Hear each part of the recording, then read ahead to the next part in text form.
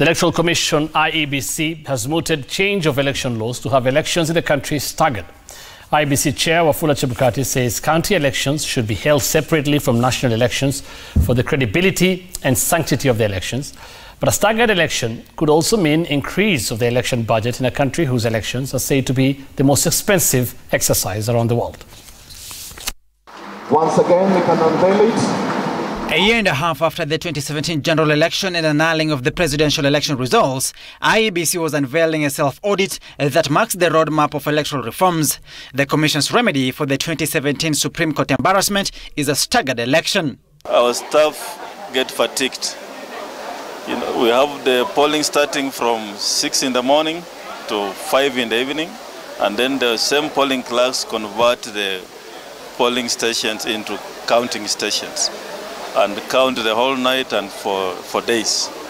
And so that fatigue is not good for purposes of having transparent, free and fair elections. The elections to be categorized in national and county elections. The national elections involving voting for the president, members of parliament and women representative. The county polls will see governors, senators and members of county assemblies elected. But given that the Constitution dictates the election be conducted on the second Tuesday of August every 5 years, the proposal by IEBC means a constitutional amendment. Remember, these are proposals arising out of experience in the last election. And it's important to tell Kenyans this is what we went through, and this is what we think is the way forward. It is a big hindrance and cumbersome for the elderly people, for the voter assisted. By the time he's through with the first 3 candidates for the 3 positions, you ask him, who do you want for the president, who do you want for a member of parliament, who do you want for a governor, that voter is already fatigued. There is a general consensus among election observers that a staggered election is the cure to the country's high voltage and balkanized politics. It is very cumbersome. It lends itself to serious logistical challenges and nightmares to the IEBC. But most fundamentally, it also lends itself to voter fatigue.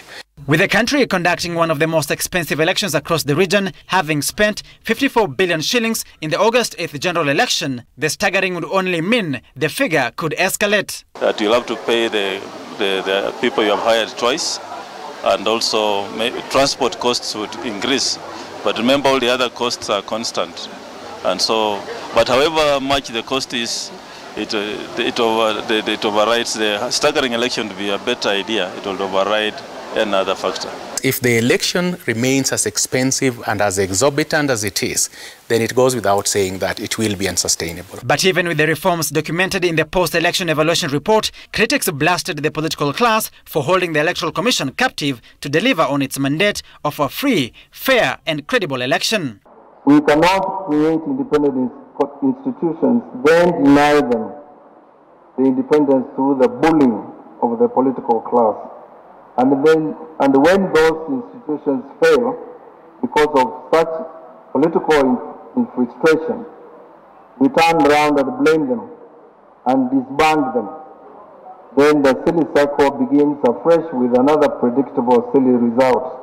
With a battered reputation and an image crisis, the Electoral Commission has essentially launched a roadmap for electoral reforms to win back the trust of Kenyans for an institution that holds the key to democracy.